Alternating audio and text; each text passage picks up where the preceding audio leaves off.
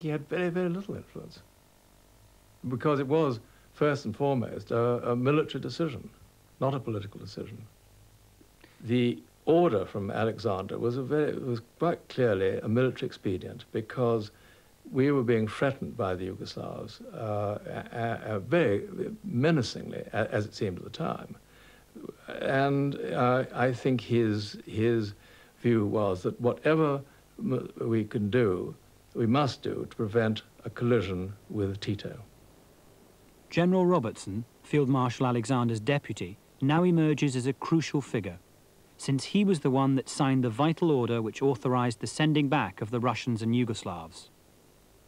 Alexander Kirk, an American political advisor, protested about the decision to return the Yugoslav anti-Tito forces against Allied policy, and records that General Robertson said to him, "He was faced with a grave administrative problem with hundreds of thousands of German prisoners of war on his hands, and could not bother at this time about who might or might not be turned over to the Russians and partisans to be shot." The need to get rid of the Russians and Yugoslav anti-Tito forces quickly is said to have been caused by the threat of war with Tito. But 10 days before the violence at the Cossack camp, Tito's troops had retreated out of southern Austria, though they were still claiming part of Italy. And this friendly football match was played between a team from British 5 Corps and Tito's partisan soldiers nearly a week before the British forcibly repatriated many of the Cossacks. So no matter what senior officers might have thought about the continued threat from Tito, for the troops on the ground in southern Austria, the atmosphere had become more relaxed. In any case, how big was the military threat posed by Tito? I have to say, I think that's exaggerated. I don't think they had the possible capacity. They might have waged some guerrilla warfare. And there was talk of that, but I don't think anybody who knew the partisans very well could have shared that. I mean, they simply hadn't got the weapons or any of the means of warfare, except guerrilla warfare. That would have been tiresome, but it wouldn't have been disastrous. Even if the failure to follow Allied policy was caused by the perceived threat from Tito, that still does not explain the way the British Army treated some of those they held. The 1,000 German members of the Cossack Cavalry Corps should never have been handed over under the Yalta Agreement. And it would have been easy to have spared them, for as Germans they had been screened in the sense they were held in separate camps from the rest of the Cossacks. Nonetheless, British forces still gave these Germans over to Stalin. We trusted them all. We said we escaped from the Yugoslavian army, which were bandits, of course. We escaped in full formation and with all our weapons to the English army, and when we reached them, we throw away our weapons and said, now we are in hands of a civilization army. And this was our wrong idea, at least. And what of the Yugoslav camp followers included in Brigadier Lowe's order? The Kauga report does not examine the correctness of their inclusion. Despite the fact these civilians were not told where they were going, Brigadier Lowe, now Lord Aldington, said at the libel trial that he felt he had probably allowed them to accompany their menfolk out of compassion. How could they say it is act of compassion when they handed these poor, unexpected people in the hands of their worst enemies? Many distinguished British officers, including Sir Charles Villiers, remain convinced that during this period the army did nothing to be ashamed of. I think within what we knew at the time, we did what we felt we had to do, and no alternative occurred to me. That is really the long and the short of my experience. I mean, it's never, in the last 45 years, troubled me at all of what we did at that time. I thought the British Army behaved extraordinarily well. Not sure that many other armies would have behaved so well. From a survivor of the Holocaust, a different perspective. At least I didn't have bayonets at my back in Auschwitz. I had a lot of pain and torment and punishment. But to see and to witness people actually being shot at and bayoneted. It was just sheer bestiality. The latest person to count the cost of the repatriations lives, for the moment, here. No, thank you. Nikolai Tolstoy, the man who helped to bring the story of the repatriations to public attention, is bankrupt. His reputation as a fair and objective historian is under grave attack. Both the trial and the Cowgo report reveal deep flaws in his analysis of the repatriations. Does he not regret the problems he has caused himself? I feel immense regret in that respect, especially for the trouble I brought on my family, and of course, to a lesser extent, what I brought on myself.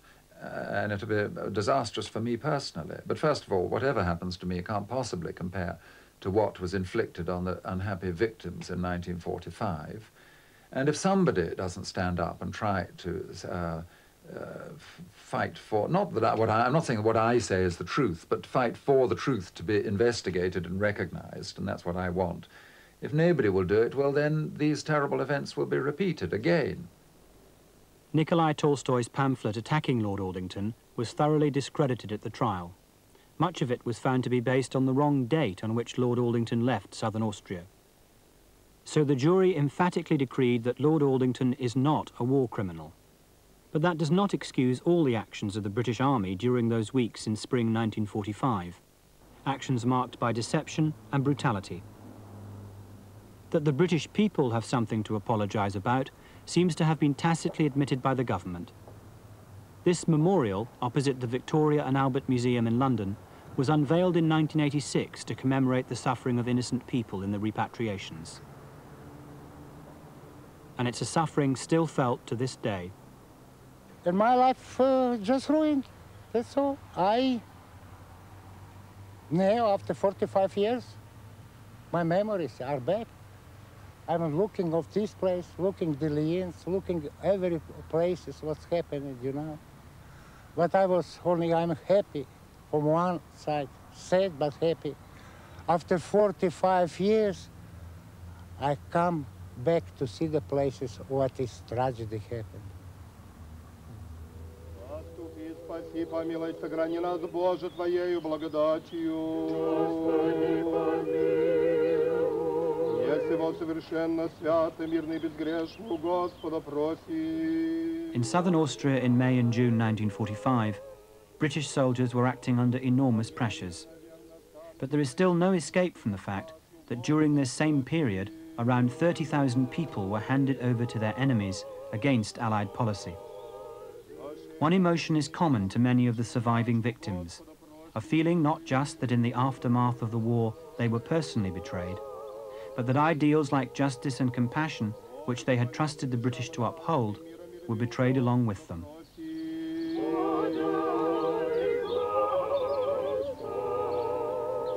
Время живота нашего в мире покаяний скончать, у Господа проси.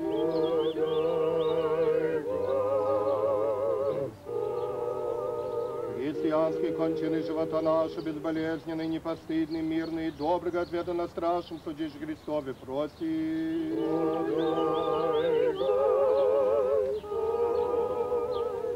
Соединение веры и причастия Святого Духа, и спросивши сами себе и друг друга, и весь живот наш Христу Богу предадим. Аллилуйя, аллилуйя,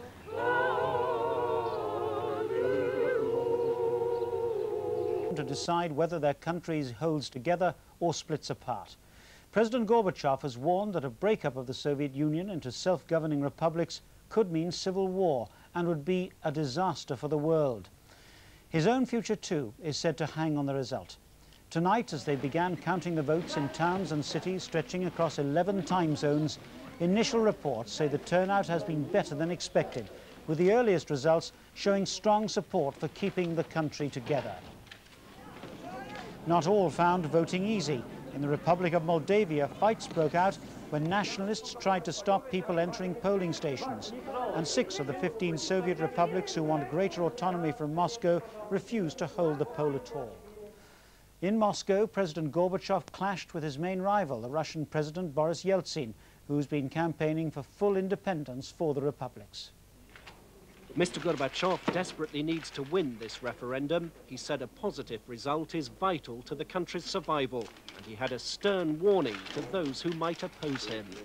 If some madman provoked the breakup of our union, that would be a disaster for this country and for the entire world. And Mr. Gorbachev gave a strong indication of who he thought that madman might be. I've seen through Yeltsin. His position is destructive and has nothing useful in it. But many voters no longer trust Mr. Gorbachev, fearing he'll use the vote to justify more domestic repression. The majority of the people are not behind him now. We want change. We want everything to be different. Yeltsin promises us that. And many Soviets do see this referendum as a straight battle between Gorbachev and Yeltsin, the Russian leader portraying it as a clash between repression and democracy.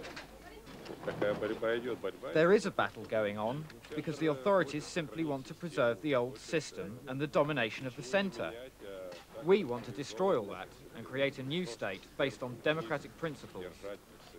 Even if Mr. Gorbachev gets his majority at this referendum, it'll solve few of his pressing problems. He'll still have to deal with the 6 rebel republics that didn't vote, and he'll still have to find some form of blueprint for unity acceptable to those that did.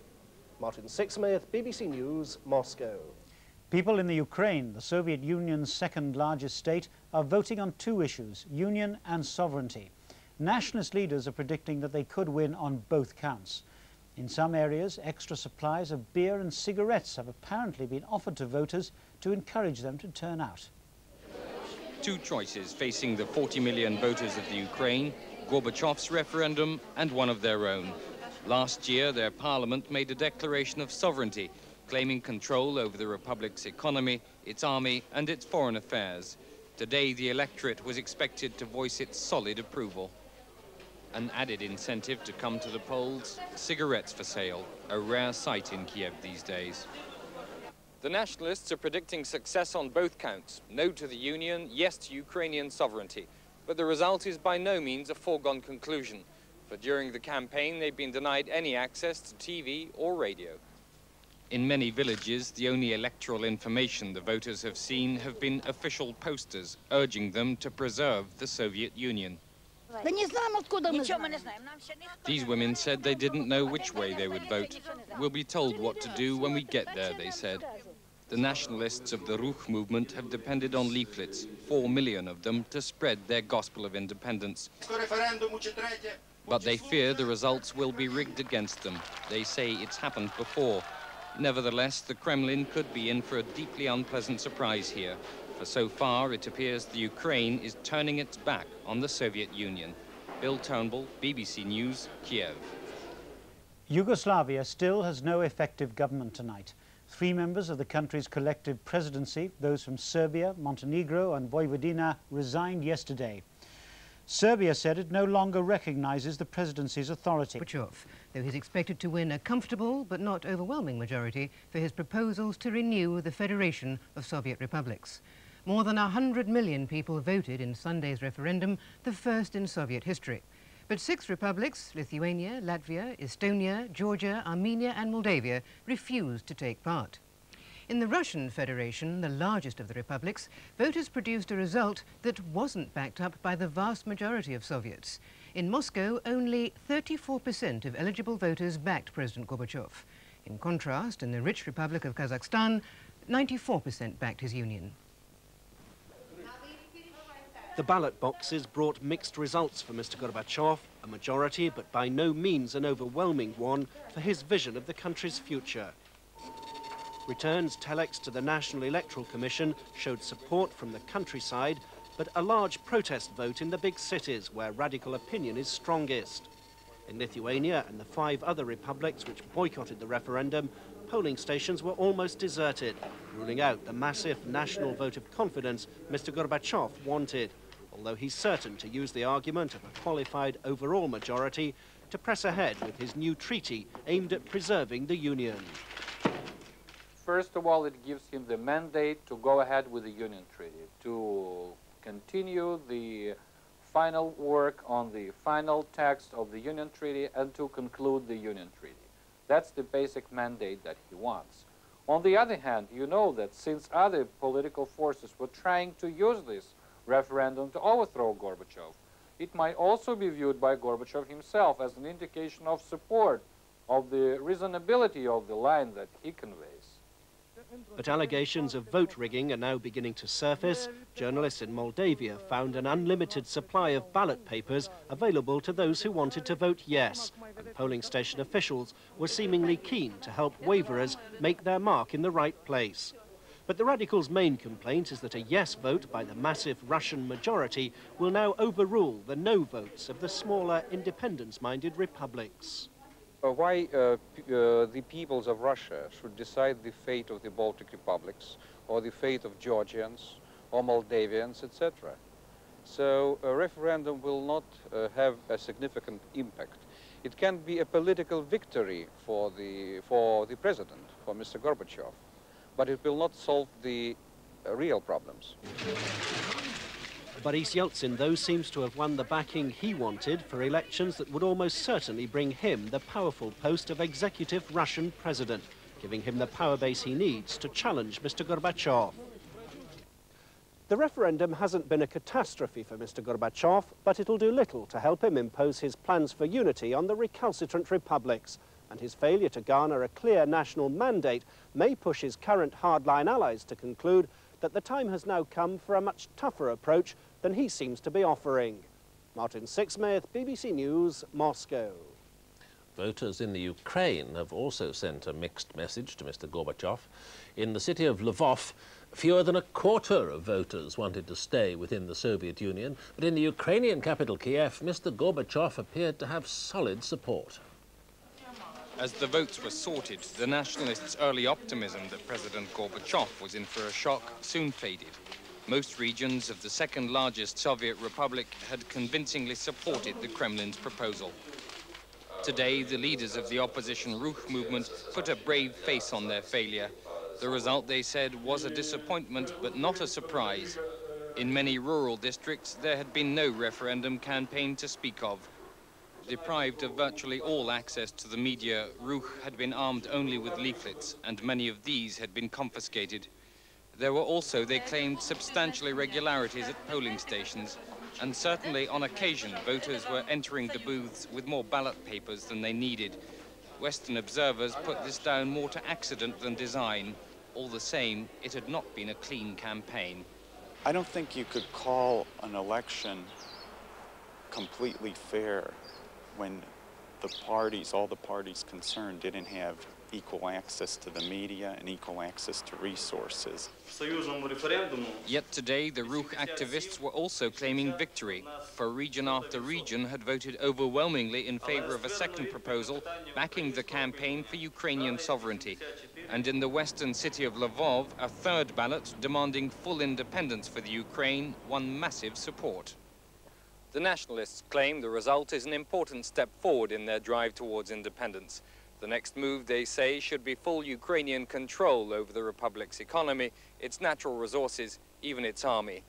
The more realistic prospect, though, is that once the full result is declared, little will change. Bill Turnbull, BBC News. Only qualified support for Mr. Gorbachev's plan to keep the 15 republics together. But some voters have backed both the union and moves towards greater independence of the republics. The referendum asked, do you consider it necessary to preserve the Union of Soviet Socialist Republics as a union of equal sovereign states? In addition, Russians were asked if the Russian Federation should have its own directly elected president, a position which would challenge Gorbachev's. And Ukrainians were asked to vote on sovereignty for their republic. Figures already in show that in Moscow, on a low turnout, only 34% of the electorate backed the continued union. 52.9% voted yes to having their own directly elected president. Elsewhere in Russia, the majority for the union is expected to be higher. In Kazakhstan, 94% said yes to a union of sovereign states. The governments of the 3 Baltic states and Moldavia, Georgia and Armenia all refused to take part, though some polling stations were open.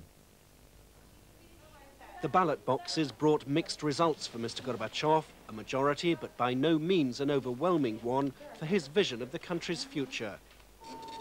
Returns telex to the National Electoral Commission showed support from the countryside, but a large protest vote in the big cities where radical opinion is strongest. In Lithuania and the 5 other republics which boycotted the referendum, polling stations were almost deserted, ruling out the massive national vote of confidence Mr. Gorbachev wanted, although he's certain to use the argument of a qualified overall majority to press ahead with his new treaty aimed at preserving the Union. First of all, it gives him the mandate to go ahead with the Union Treaty, to continue the final work on the final text of the Union Treaty and to conclude the Union Treaty. That's the basic mandate that he wants.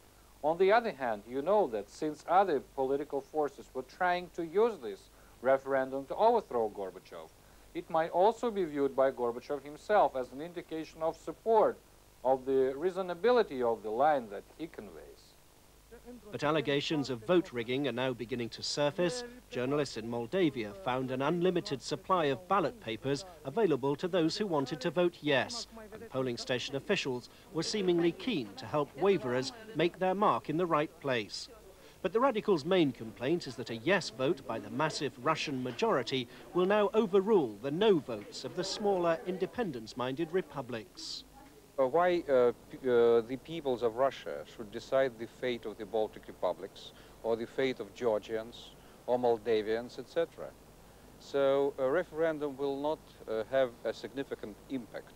It can be a political victory for the president, for Mr. Gorbachev, but it will not solve the real problems. Boris Yeltsin, though, seems to have won the backing he wanted for elections that would almost certainly bring him the powerful post of executive Russian president, giving him the power base he needs to challenge Mr. Gorbachev. The referendum hasn't been a catastrophe for Mr. Gorbachev, but it'll do little to help him impose his plans for unity on the recalcitrant republics, and his failure to garner a clear national mandate may push his current hardline allies to conclude that the time has now come for a much tougher approach than he seems to be offering. Martin Sixsmith, BBC News. A yes vote, but a less than wholehearted one, for his proposals for maintaining the Soviet Union as a federation of republics. His rival, Mr. Boris Yeltsin, got what he wanted, a majority vote in the Russian Federation for a directly elected and so powerful Russian president. Mr. Yeltsin would expect to keep that post. 6 of the 15 Soviet republics, Armenia, Georgia, Moldavia, and the Baltic states, Estonia, Latvia, and Lithuania, would not even take part in the official Soviet referendums. They want independence.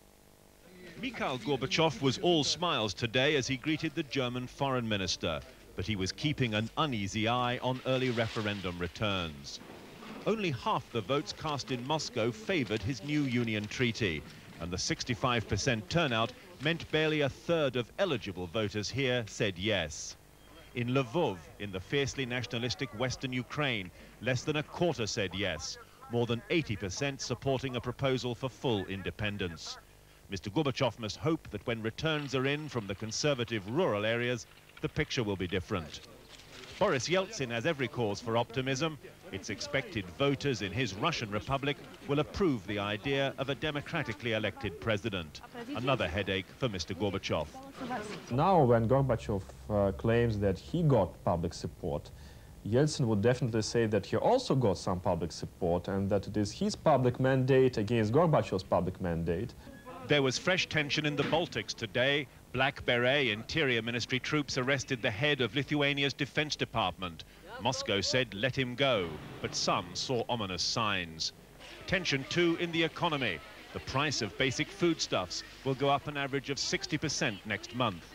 Wages will go up as well, but there's anger that the announcement followed the referendum. Whatever the final vote, the referendum will do little to ease Soviet tensions. Separatist republics will not be appeased. A restless workforce will not be reassured. Tim Hewitt, News at 10, Moscow. Beneath this Siberian tundra in the heart of the Russian Republic lie some of the richest coal and mineral deposits in the world. Mr. Gorbachev needs them to fuel Soviet industry.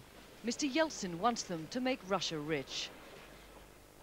But here, 2,000 miles from Moscow, the referendum aroused little excitement. Indeed, only 50% of eligible voters took part. Disenchantment pervades the region. Only a quarter of the miners are now working at all. 150,000 are on strike. Among their demands is that President Gorbachev and his entire government resigns. But in their beer bars, they're not drinking to Boris Yeltsin either. Years of underinvestment and central planning have taken their toll on the Kuzbas region and its inhabitants. Kalina Bodsova's husband was killed in the mines last summer. One of 11 men drowned when the mine flooded. The authorities are more interested in fulfilling the plan than protecting people's lives, she said. The strikers all agree the command economy has failed them, but so too, they believe, have the current politicians in Moscow, in the central and the Republican government. Lenin called coal the bread of industry, and both Gorbachev and Yeltsin recognize its significance in their political struggle. But here at least, neither man can claim overwhelming support, for the workers are clearly disillusioned with both of them. I'm against Gorbachev because he's only concerned with himself, not with us. Gorbachev and Yeltsin are both powermongers. There is no leader worth talking about in this country. Published early results here show strong support for the Union and the principle of the Russian presidency, but it's evidence of backing for two principles rather than for two personalities. No leader has yet fired the imagination of these workers, dulled by 70 years of oppression. And the leader who finally does will carry the riches of Russia with him. Penny Marshall, News at 10, Siberia. Dominates the leaders of the West. In the Soviet Union, as each day passes, the disintegration of the empire forged by Lenin and Stalin gathers pace. As Moscow today prepared for confrontation with the Republic of Georgia, in the Ukraine, the Republic's Communist Party blamed Mr. Gorbachev for the collapsing economy and the price rises announced in the past week. This denunciation reflects how fast events have changed in the Soviet Union. Once the Ukrainian communists were the bastion of reaction. Now, in an attempt to hold on to power, they are trying to become the standard bearers of nationalist aspirations. And those aspirations have been fueled in the past few days by the return of the head of the Ukrainian Catholic Church, symbol of the Ukraine's resistance in the years of Soviet rule. Andrew Burrows travelled with the Cardinal from the Vatican back to the country he last saw over half a century ago. And he now reports on the resurrection of a church that Stalin thought he'd liquidated 45 years ago today, and its place in the Ukraine's battle to reassert its independence. Cardinal Lubachevsky is taking his church home. Exile in a quiet corner of Rome has had its attractions for a shy theology professor, uncomfortable in the finery of high office and happiest translating scholarly German texts into Ukrainian. After 50 years, the man 7 million Ukrainian believers revere as patriarch, a figurehead second only to the Pope, is leaving Rome for his homeland. The Vatican disapproves this Eastern title, taken not from the rationalism of Roman teaching, but from the mysticism of ancient orthodoxy. The popes took this essentially Eastern church into their fold through an accident of 16th century history, and the repression of Stalinism in the 1940s banished its leader to Italy. His departure follows another twist in power politics. 18 months ago, when a meeting between President Gorbachev and the Pope, both looking for an issue to seal their closer ties, finally brought the Ukrainian Catholics their freedom. They'd remained largely forgotten, even by their Roman protectors, while other churches reopened under glasnost. Ironically, the Cardinal's resulting return, courtesy of Aeroflot, may prove a worry to both the Vatican and Moscow, for this is Christianity at its most nationalistic. The Cardinal's patriarchal court, led by the dynamic Monsignor Dachko, will spread patriotism along with piety throughout the Ukraine, notwithstanding the Pope's delicate contacts with Moscow or Mr. Gorbachev's efforts to maintain his beleaguered union. I am thinking what I shall find there, so unless I see what I find, I cannot say in advance anything about it. But you've waited a very long time for this moment. 53 years. For the Ukrainian faithful, the Patriarch's return raises high expectations. Stepan Gevak lived through Stalin's repression of the Ukraine. When the knock came on his door, he was given 15 minutes to pack before being forcibly relocated to Siberia. He returned 17 years later to find his home occupied by Russian settlers. A generation of Ukrainian Catholics, which has baptized and married its people in secret, now harbors hopes it would be hard for any leader to fulfill. Our country has been religiously and politically poor, bad at controlling its own destiny and bad for human rights. And now the Cardinal is coming and delivering these to us, as Christ did in Jerusalem.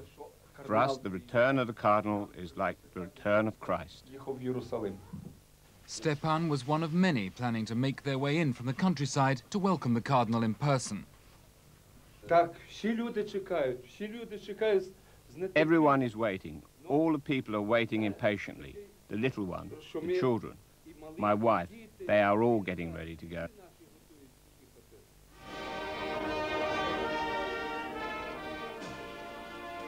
Amid the rejoicing over the return of the church hierarchy, a new generation of democratic leaders are concentrating on the future. Prominent among the welcome party at Lvov airport, Vyacheslav Chornovil, the elected leader of the regional government, which hopes to harness the people's religious enthusiasm to its vision of democracy and independence. There too are heroes of the underground church who kept the faith alive in the catacombs. 84-year-old Vladimir Sternyuk, who survived 5 years in a Siberian concentration camp and returned to continue his ministry as an archbishop in secret. The persecutions which occurred here are not sufficient to destroy our church. But under the influences of our sufferings, the deaths which occurred, the sufferings which our believers endured, God has allowed our church to flourish.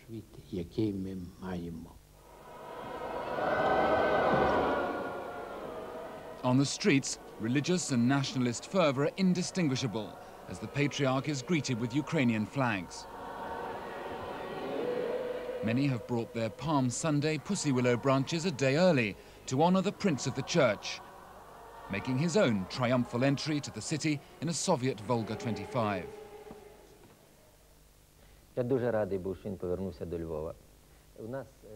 I am extremely pleased that the Cardinal has returned to Lvov. Here, the Ukrainian Catholic Church is not only a religious organization, but also political, if that doesn't seem odd. Where the people and the nation are oppressed, the Church, in spite of itself, assumes a political role. That is why I have always supported this Church, and why I am very happy it has prevailed. Chornovil is a politician, and I am a churchman, and of course his priorities are on the political level, whereas I could state that the Ukrainian people, and not just the Ukrainian Catholics, are expecting very many things from our church. The expectations are very high, and they're expecting from us not just this moral healing, but also that we will give them a better living. The Cardinal's first Mass in St. George's Cathedral stirred high emotion. Less than a year ago, this, the centre of the Ukrainian Catholic Church, was still in the hands of the Russian Orthodox. In one of his most cynical acts against a church and a state, Stalin, after arresting the entire Ukrainian Catholic hierarchy, handed its rich heritage of hundreds of cathedrals and churches to the Russian Orthodox Church.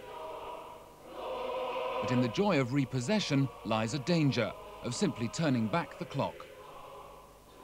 We cannot just celebrate beautiful liturgies as we already do. We should bring this good message to the people. We should get involved in social activity. A tremendous amount of moral, spiritual values have been either forgotten or thoroughly neglected.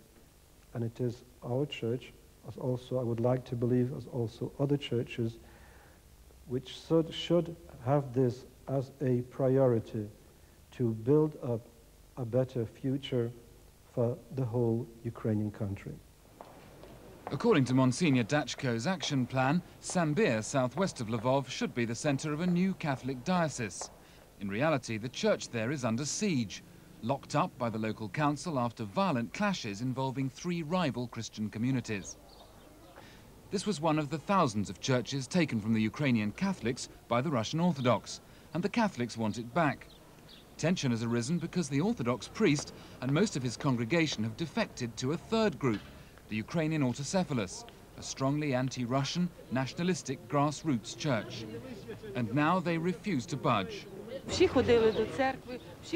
We all used to worship together, one woman said. It's the Catholics' fault for trying to break into the church.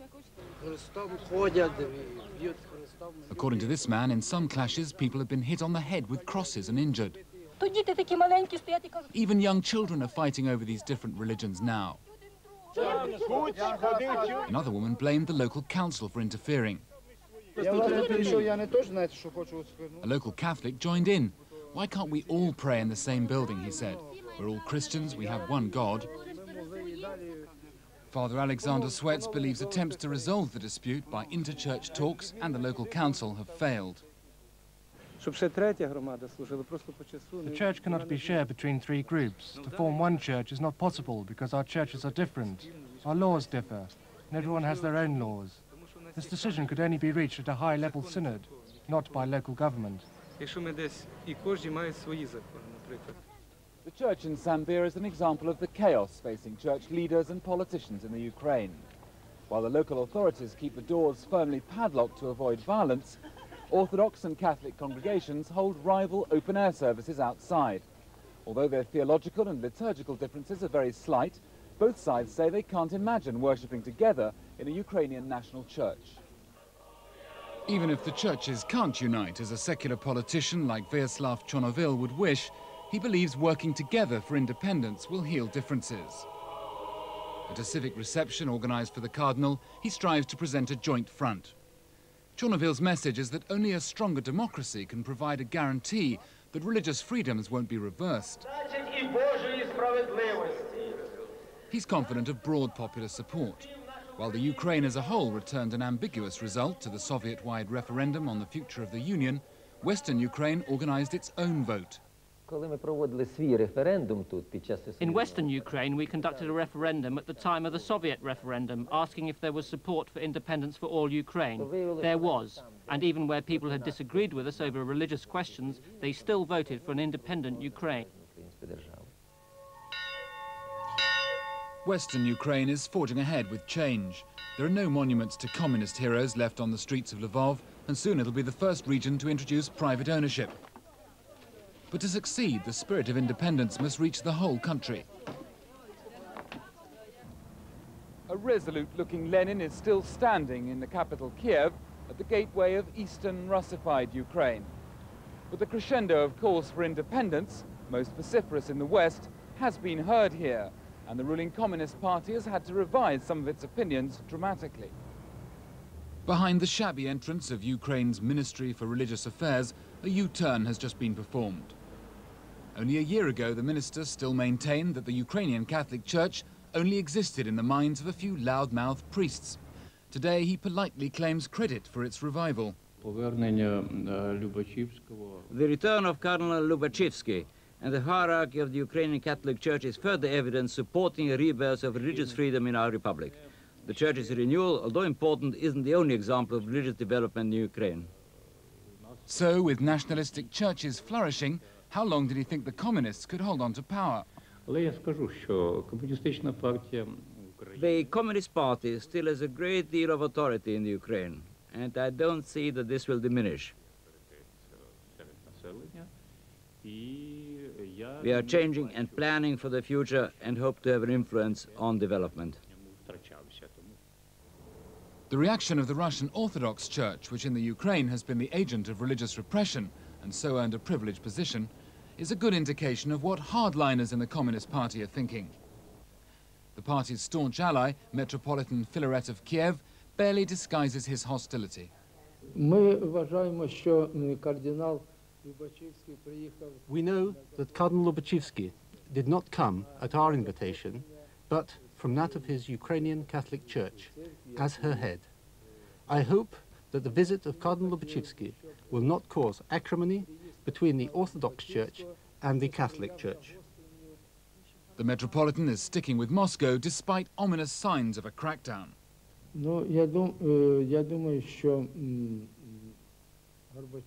I don't think that Mr. Gorbachev is reining in his reforms. On the contrary, he wishes to realize his policies of democracy, restructuring and glasnost, so that our people can rebuild themselves economically, which is why he favors new economic ties with the market.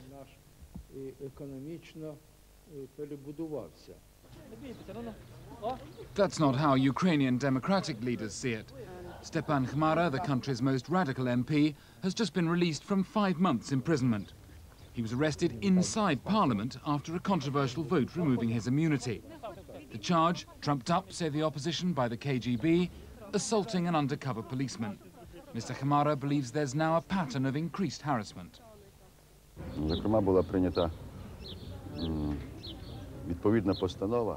Public laws have been implemented which drastically restrict the rights of individuals to hold public meetings, protests and demonstrations. In fact, these rights have been cut back to a bare minimum, and all the decisions on this are now directly controlled by the Communist Party. Cardinal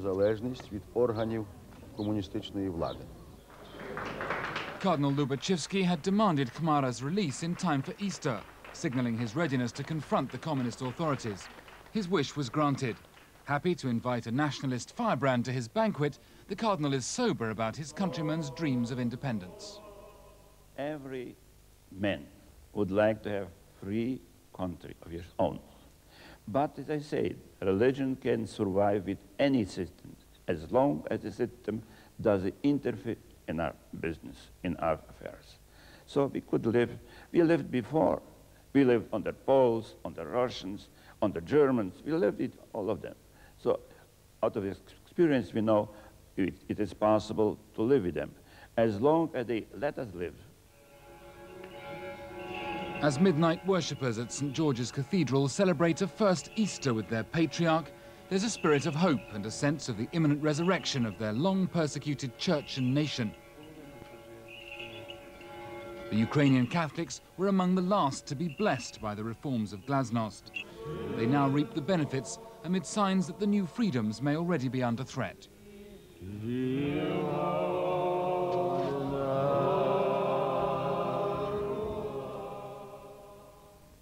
Andrew Burrows reporting. Now, in a moment, we report on how the entire Jewish population of Albania has been secretly airlifted into Israel.